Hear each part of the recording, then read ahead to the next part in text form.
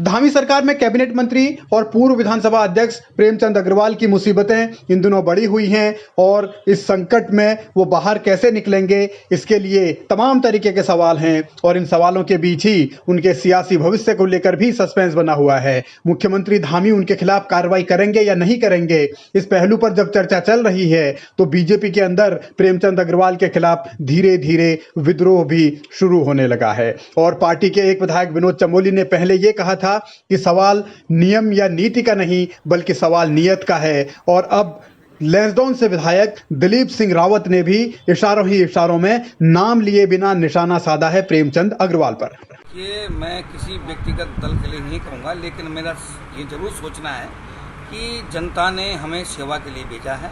जनता ने हमें डकैती करने के लिए नहीं भेजा है। और हमें नैतिकता का भी ध्यान रखना चाहिए, अपने आचार का भी ध्यान रखना चाहिए और जनता के साथ हमको समर्पित भावना से सेवा करनी चाहिए, ना कि उनके अधिकारों का हनन करना चाहिए।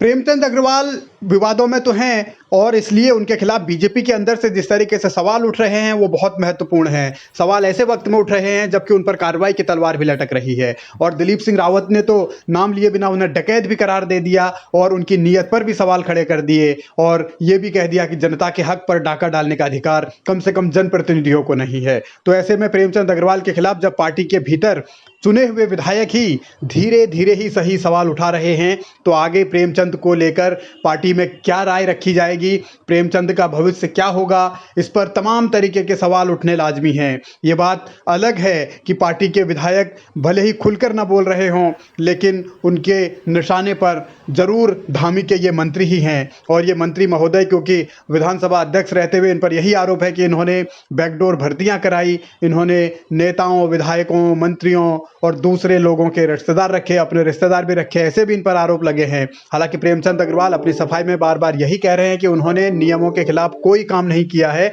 जो भी भर्तियां हुई हैं वो विधानसभा की नियमावली के तहत हुई हैं। लेकिन सवाल दरअसल इसलिए उठ रहा है क्योंकि जो बड़े नेताओं के रिश्तेदार लगे उनको लेकर आखिर क्यों भर्ती उनकी की गई, क्या दूसरे नौजवान नहीं थे, इस बात को लेकर तमाम सवाल हैं। तो ऐसे में दिलीप सिंह रावत अगर ये कहते हैं कि हमें डकैती के लिए नहीं भेजा गया है, यानी इशारों में उन्होंने प्रेमचंद अग्रवाल पर ही तंज कसा है कि आप विधानसभा के अध्यक्ष थे, आपका हक ये नहीं था कि आप युवा बेरोजगारों के अधिकारों पर डकैती करें या उन पर डाका डालें। तो अब प्रेमचंद अग्रवाल को लेकर बीजेपी में सवाल उठ रहे हैं, ये अब किसी से छिपा नहीं है। तो इन सवालों का जवाब प्रेमचंद अग्रवाल और बीजेपी और खासतौर पर जो तमाम तरीके की स्थितियां हैं उनमें कैसे इसको हजम किया जाएगा या प्रेमचंद अग्रवाल को कैसे आगे पार्टी मंत्रालय में रखेगी या नहीं रखेगी, इसी को लेकर तमाम उलझनें बनी हुई हैं।